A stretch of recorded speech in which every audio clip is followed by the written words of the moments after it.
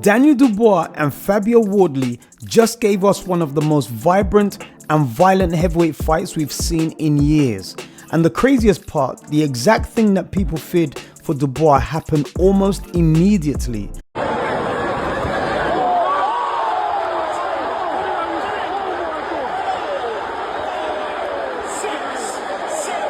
Wardley landed the right hand early, Dubois hit the canvas, and for a split second, it looked like we might be watching another chapter in the story people have tried to write about Dubois for years. But what happened after that completely changed the fight. So I watched this fight over the weekend, and honestly, this was never a fight I could confidently predict because both men had the exact tools to destroy each other. With Wardley, you know what the danger is. The boxing ability may not always be elite technically, but that right hand is absurd. He carries genuine fight-ending power. One shot can completely erase a losing performance. But then you look at Dubois, bigger variety, better structure, better jab, more discipline offensively. And when Dubois wins, he usually wins violently. The only lingering question around him has always been mentality. People still talk about the Joe Joyce fight, people still bring up the first Usyk fight. So when he got dropped early, you could already feel those conversations coming back. And I'm not gonna lie, I was shocked at how early Wardley landed, but I wasn't surprised by the effect. When a heavyweight punches like Fabio Wardley, you are always one mistake away from disaster. But the thing that immediately stood out to me was Dubois' reaction. He got up quickly, he looked calm, and he even winked back towards his corner. You got up too quick.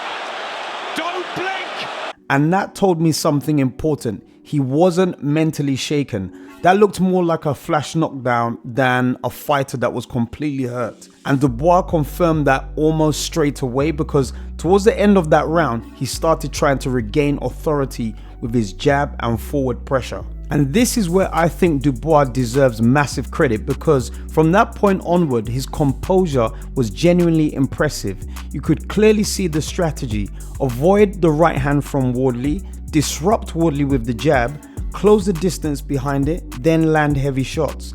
And what impressed me most was how disciplined Dubois was. Whenever Wardley launched that huge cruise missile of a backhand, So gutsy.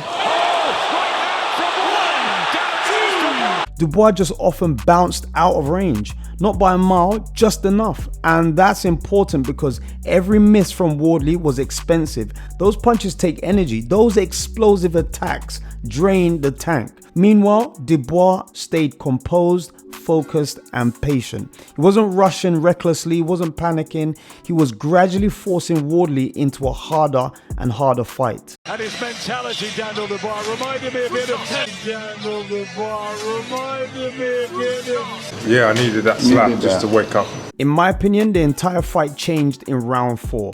And what makes that even crazier is that this happened after Dubois had already suffered a second knockdown in the 3rd round. A lot of heavyweights would have mentally unraveled after something like that, especially against, say, a puncher like Fabio Wardley. But instead, Dubois came out in the 4th round looking even more focused. That's what impressed me the most. It felt like he suddenly upgraded the difficulty level of the fight.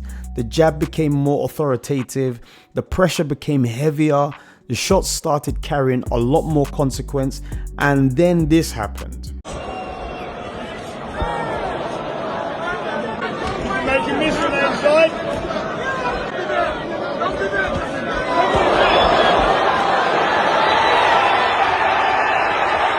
But in the 4th, this is where the gap in tactical adaptability became obvious. Wardley still looked dangerous because he always is dangerous, but the fight increasingly became for him, can I actually land my right hand?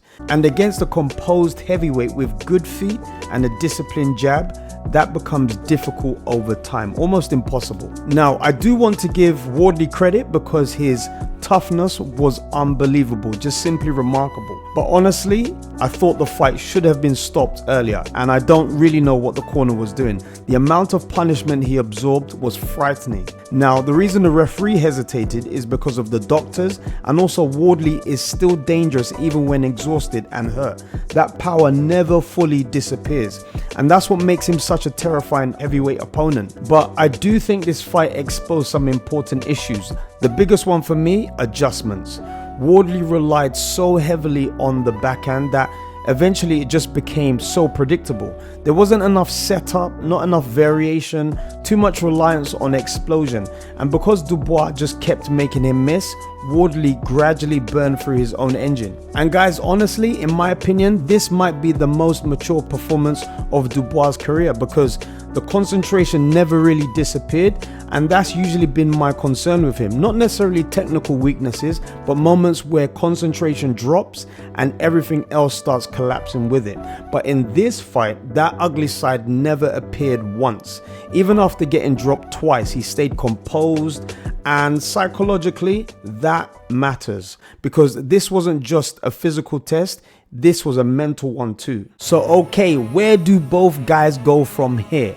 For Dubois, there are plenty of options everywhere now. There's the rematch clause with Wardley that Frank Warren confirmed.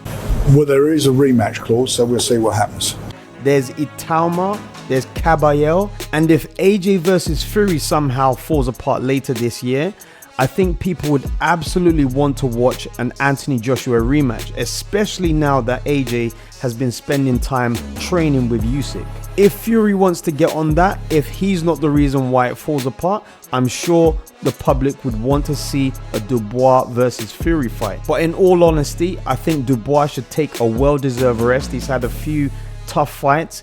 That was a brutal heavyweight fight. And for Wardley, everything depends on his health, because fights like this can permanently change a fighter. If he recovers well, a rematch could still be massive, but his corner needs to look after him better in the gym with better technique and tactics, and more importantly, in the corner if he gets into trouble. But if the fight doesn't go ahead, he may need a step back fight where he develops more tactical discipline and learns to set up that power more intelligently.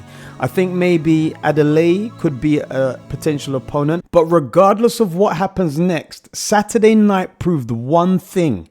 Heavyweight boxing is still capable of producing absolute mayhem and chaos at the cataclysmic level. And Daniel Dubois and Fabio Wardley delivered exactly that. As always, leave your comments and questions down below. Who do you want to see Dubois fight next? And do you think Wardley should take the rematch? Until my next one, this has been Coach Charles. Peace out.